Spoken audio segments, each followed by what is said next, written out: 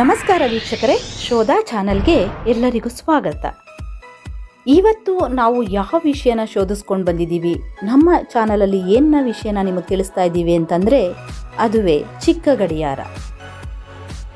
ದೊಡ್ಡ ಗಡಿಯಾರದ ಜೊತೆಗೆ ಮೈಸೂರಿನ ಇತಿಹಾಸವನ್ನು ಸಾರುವ ಮತ್ತೊಂದು ಅದ್ಭುತ ಗೋಪುರವೇ ಈ ಚಿಕ್ಕ ಗಡಿಯಾರ.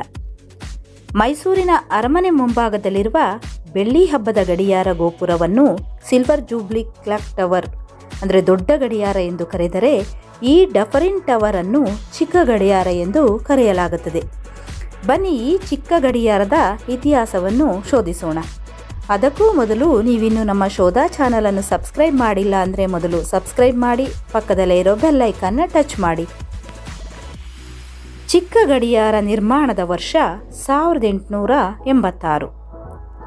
ಮೈಸೂರಿನ 10ನೇ ಚಾಮರಾಜ ಒಡೆಯರ್ ಕಾಲದಲ್ಲಿ ಇದನ್ನು ನಿರ್ಮಿಸಲಾಯಿತು. ಅಂದಿನ ಬ್ರಿಟಿಷ್ ಭಾರತದ ವೈಸ್ರಾಯ್ ಆಗಿದ್ದ ಲಾರ್ಡ್ ಡಫರಿನ್ ಅವರು 1886ರಲ್ಲಿ ಮೈಸೂರು ಸಂಸ್ಥಾನಕ್ಕೆ ಸೌಹಾರ್ದಯುತ ಭೇಟಿ ನೀಡಿದರು.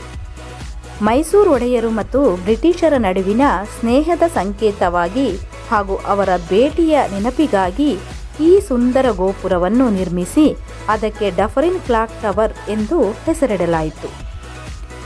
ಆದರೆ ಮೈಸೂರಿನ ಜನಪ್ರಿಯ ಆಡುಭಾಷೆಯಲ್ಲಿ ಇದು ಚಿಕ್ಕ ಗಡಿಯಾರ ಎಂದೇ ಪ್ರಸಿದ್ಧವಾಗಿದೆ. ವಾಸ್ತುಶಿಲ್ಪ ಮತ್ತು ಇದರ ವಿಶೇಷತೆ ನೋಡುವುದಾದರೆ, ಇದು ಒಟ್ಟು 16 ಕಂಬಗಳ ಭದ್ರವಾದ ತಳಹದಿಯ ಮೇಲೆ ಚೌಕಾಕಾರದಲ್ಲಿ ನಿರ್ಮಾಣಗೊಂಡಿದೆ. ಈ ಗೋಪುರದ ಮಧ್ಯಭಾಗದಲ್ಲಿ ಅತ್ಯಾಕರ್ಷಕವಾದ ನೀರಿನ ಕಾರಂಜಿ ಕೂಡ ಇದೆ. ಹಿಂದೆ ರಾಜರ ಕಾಲದಲ್ಲಿ ಸ್ಥಳೀಯ ತರಕಾರಿ ವ್ಯಾಪಾರಿಗಳು ಮತ್ತು ಸಾರ್ವಜನಿಕರು ವಿಶ್ರಾಂತಿ ಪಡೆಯಲು ಹಾಗೂ ದಣಿವು ಆರಿಸಿಕೊಳ್ಳಲು ಇದು ಪ್ರಮುಖವಾದ ಜಾಗವಾಗಿತ್ತು.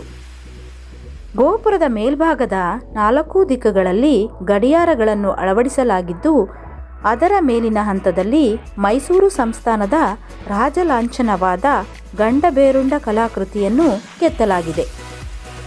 ಇದು ಮೈಸೂರಿನ ಹೃದಯ ಭಾಗದಲ್ಲಿರುವ ಪ್ರಸಿದ್ಧ ದೇವರಾಜ ಮಾರುಕಟ್ಟೆಯ ದಕ್ಷಿಣದ ಕೊನೆಯಲ್ಲಿ ಹಾಗೂ KR ಸರ್ಕಲ್ನ ಸಮೀಪದಲ್ಲಿದೆ. 2012ರಲ್ಲಿ ಮೈಸೂರು ಮಹಾನಗರ ಪಾಲಿಕೆಯು ಇದನ್ನು ನವೀಕರಿಸಿದ್ದು, ಸಂಜೆಯ ವೇಳೆಯಲ್ಲಿ ಇಲ್ಲಿನ ವಿದ್ಯುತ್ ದೀಪಗಳ ಅಲಂಕಾರ ಮತ್ತು ಕಾರಂಜಿ ಪ್ರವಾಸಿಗರನ್ನು ಹಾಗೂ ಸಾರ್ವಜನಿಕರನ್ನು ಸೆಳೆಯುತ್ತದೆ. ಇದು ಅರಮನೆ ನಗರಿಗೆ ಬರುವ ಪ್ರವಾಸಿಗರಿಗೆ ಅತ್ಯುತ್ತಮ ಫೋಟೋಶೂಟ್ ಸ್ಪಾಟ್ ಕೂಡ ಹೌದು. ಅಂದಿನಿಂದ ಇಂದಿನವರೆಗೂ ಈ ಜಾಗದಲ್ಲಿ ಈಗಲೂ ಸುತ್ತ ತರಕಾರಿ, ಹಣ್ಣು ಹಂಪಲುಗಳನ್ನು ಜನರು ಮಾರುತ್ತಾರೆ. ಚಿಕ್ಕ ಗಡಿಯಾರದ ಮಾರುಕಟ್ಟೆ ಹತ್ತಿರ ಬಂದರೆ ಕಷ್ಟ, ಸುಖ, ನೋವು, ನಲಿವು ಈ ಎಲ್ಲ ರೀತಿಯ ಮನಸ್ಸಿನ ಮನುಷ್ಯರನ್ನು ಕೂಡ ನೋಡಬಹುದು. ಇದು ನಮ್ಮ ಮೈಸೂರಿನ ಚಿಕ್ಕ ಗಡಿಯಾರದ ಒಂದು ಪುಟ್ಟ ಇತಿಹಾಸ. ನಾಳೆ ಮತ್ತೊಂದು ಮಾಹಿತಿಯೊಂದಿಗೆ ನಿಮ್ಮನ್ನು ಭೇಟಿ ಮಾಡ್ತೀವಿ. ಅಲ್ಲಿವರೆಗೂ ಧನ್ಯವಾದಗಳು. ಶೋಧ ಸದಾ ನಿಮ್ಮೊಂದಿಗೆ.